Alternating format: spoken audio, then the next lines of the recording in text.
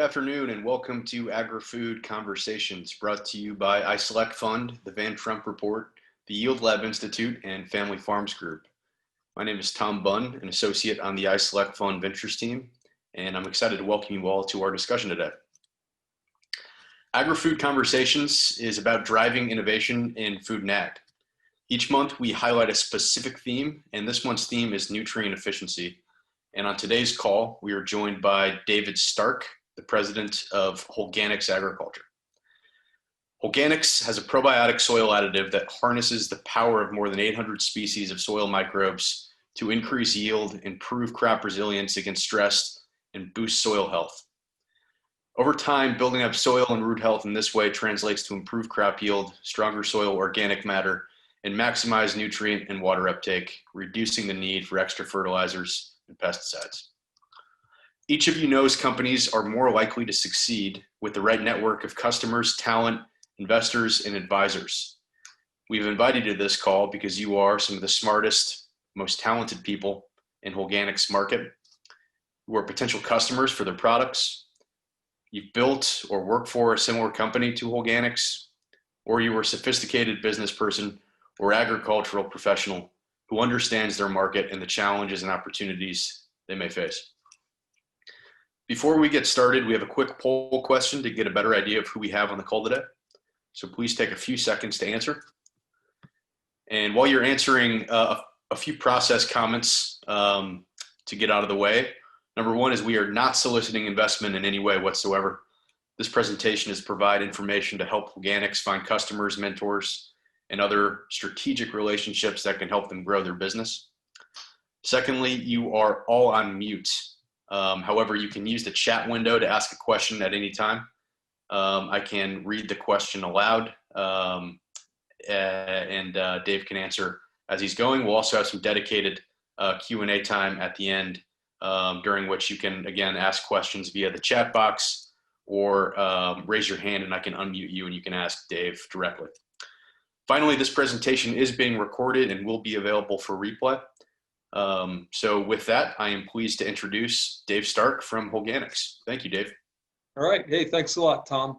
Thank you, everybody, for taking some time with us. And see if I can get this to, there we go. So as Tom said, we're going to talk about nutrient efficiency. And of course, we mean in soil. One of the things, you know, about me, I'm a molecular biologist. I have a doctorate from Washington University here in St. Louis. It did not happen yesterday. You could probably tell from my gray thinning hair that it was probably many, many decades ago. But back then we didn't know, sadly, a whole lot about soil. And I spent my first 26 years of career at Monsanto, and I had a fantastic career. And I can say, though, as an ag industry, we still didn't know much about soil.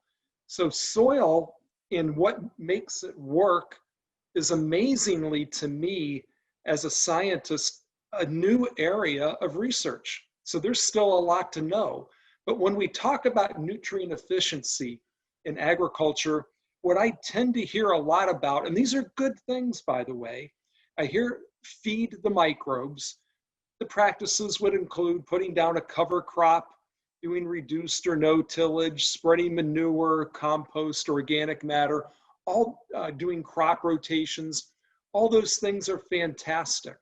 But what we don't talk enough about is how important the microbes themselves are in the soil.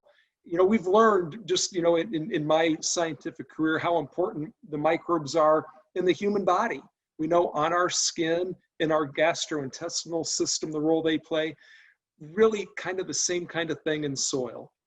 So healthy soil, like we see, you know, in the upper right-hand corner, it's pretty obvious, is built primarily through the action of roots and the substances roots secrete that attract and support microbes.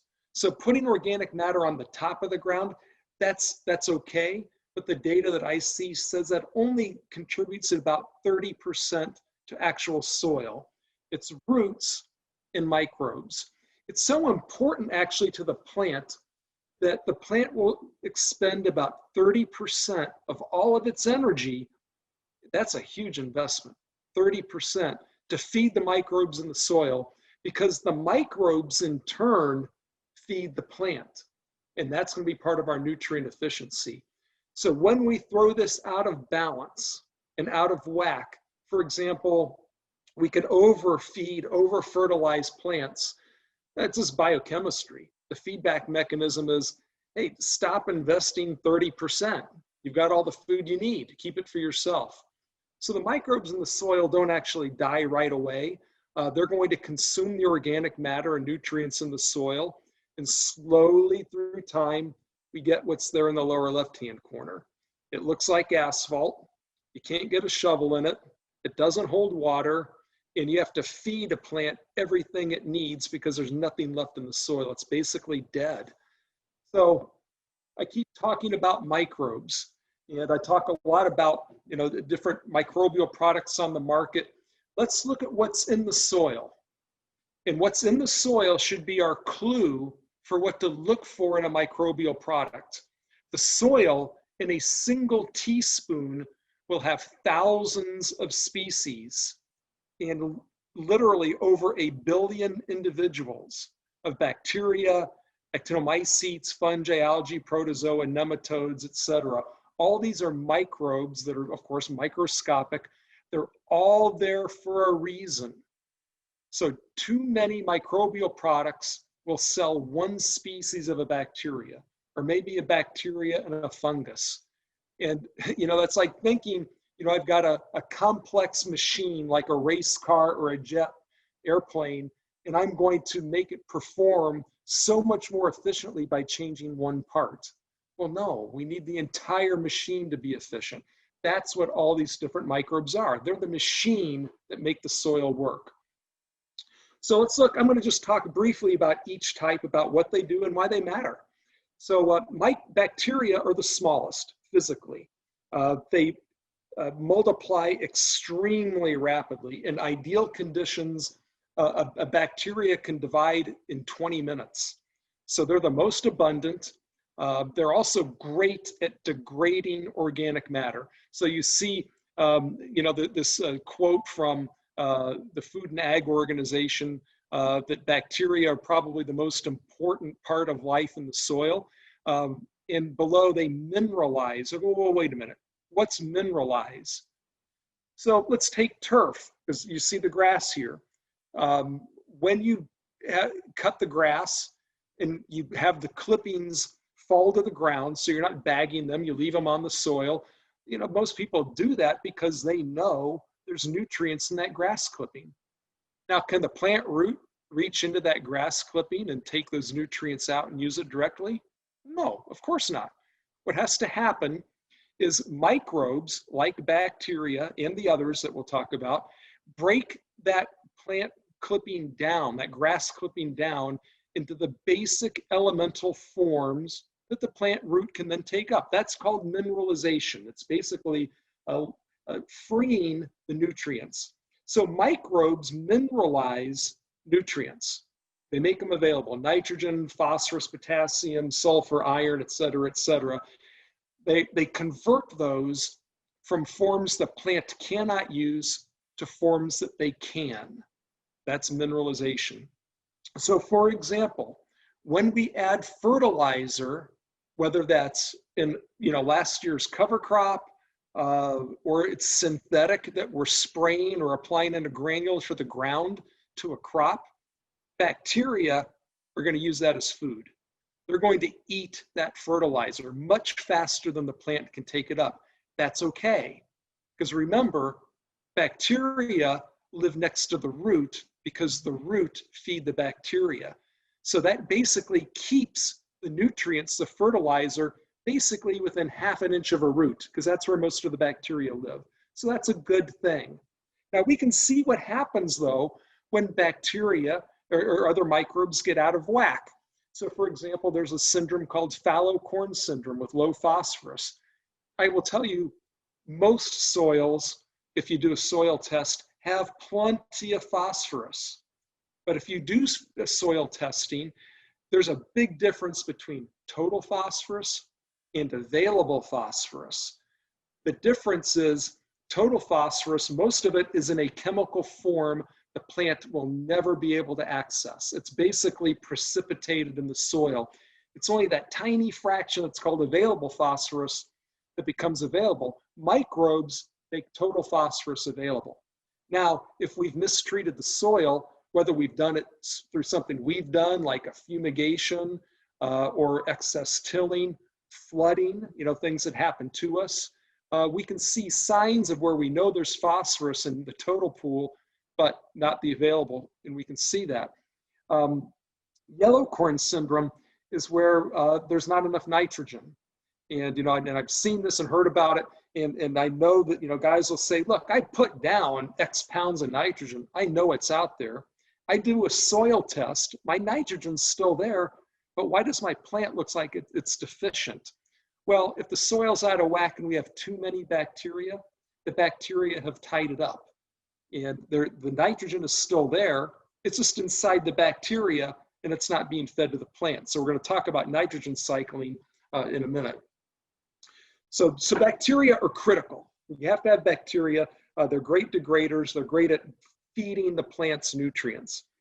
Fungi are larger. So there's going to be fewer individuals, but still hundreds of species of fungi in healthy soil. Fungi are also amazing degraders of organic matter. So they're mineralizers, just like bacteria, especially nutrients like phosphorus. They're really good at accessing that. Some fungi, of course, cause diseases. Those are the ones we don't want, but many actually help protect the plant against pathogens. And others, like in this picture, these are mycorrhizal fungi. They're really tiny. You can see that really light feathery material between the plant roots. Those are actually the fungal hyphae. So they penetrate the plant, but because the fungus is so tiny, it can get between soil particles the plant hairs can't reach. So it increases the effective surface area of the plant roots anywhere from 100 to 1,000 fold. Feeding water, nutrients, etc., also helping to build soil, because mycorrhizal fungi secrete a protein that glues soil particles together, which gives us the nice aggregates, which helps us hold water and air and such. So fungi are really, really important degraders. So look, I'm a scientist and I live in Missouri. So just like the other slide where I said, okay, show me where it happens when I go outside. So I showed you fallow corn and yellow corn. This is a case, and this is a nearby golf club that a friend of mine is a member of, and he sent me this picture. This is actually a fungal disease called fairy ring. And the fairy ring fungus starts in the middle of that circle. And as it spreads outward, it's really dark green because the fungus is degrading the organic matter near the surface, mineralizing it and feeding it to the turf. So again, we just see around us how what I'm saying in the role of microbes in nutrient efficiency really works. So protozoa and nematodes. So nematodes are tiny microscopic worms. Some of them are bad for plants because they eat the roots and they sap the plant of energy. Other nematodes actually eat the bad nematodes and insect eggs and other things in the soil and help cycle nutrients. In the middle there, that's a protozoa. All those little black specks all around it are bacteria. So I talked about nitrogen and how bacteria tie up nitrogen. That's because bacteria have a very high nitrogen requirement. They're nitrogen pigs. They tie it up, they need a lot of it. Their predators, though, have been designed to have a low nitrogen requirement. So the fungi and the protozoa that eat bacteria have to constantly spit out all that nitrogen because they need far less. So it's actually toxic. So they're constantly spitting it out. And they spit it out in the form of ammonia and nitrate. What is the form of nitrogen that plant roots take up the best? Ammonia and nitrate. So this is why to have nutrient efficiency and nutrient cycling, we need all the microbial types, not just bacteria, not just fungi. They all play a role. And I gave you a nitrogen example, but I could talk about other nutrients and we would see this similar kinds of features.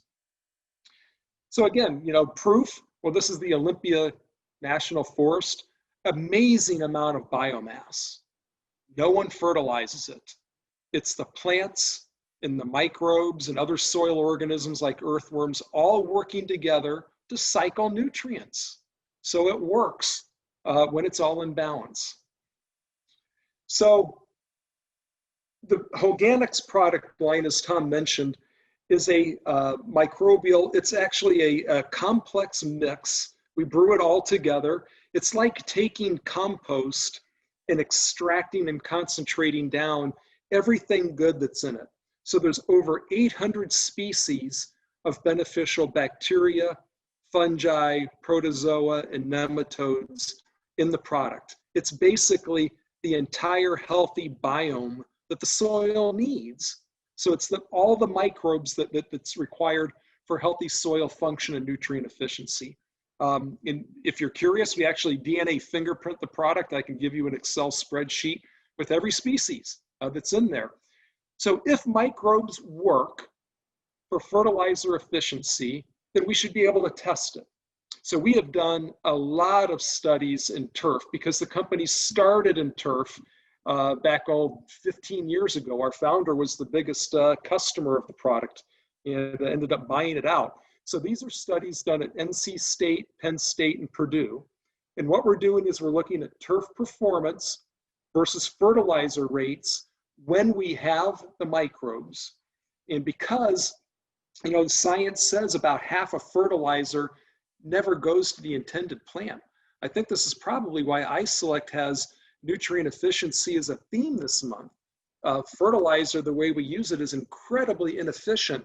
When we have microbes, we see that we can keep turf performance at a high level with significant reductions in fertilizer. It's not because the turf needs less fertilizer. It's because more of what we apply stays in the root zone and goes to the plant. And you can see these different percent reductions. It all depends upon the form of fertilizer, the soil type and such. And I won't get into the details, but again, a lot of data that shows microbes improve significantly nutrient efficiency. So what about other crops? So this is corn. This is a study we did a couple years ago, pretty close to the University of Illinois. And the blue bars are the controls. The untreated check is the far left, so don't worry about that one. What I'm comparing here is the in-furrow urea ammonia nitrate, that's nitrogen basically, 45 pounds. You can see the yield in the blue bar, it's about 236 bushels. If we go to the far right green bar, that's 20% less fertilizer. So only 34 pounds plus using our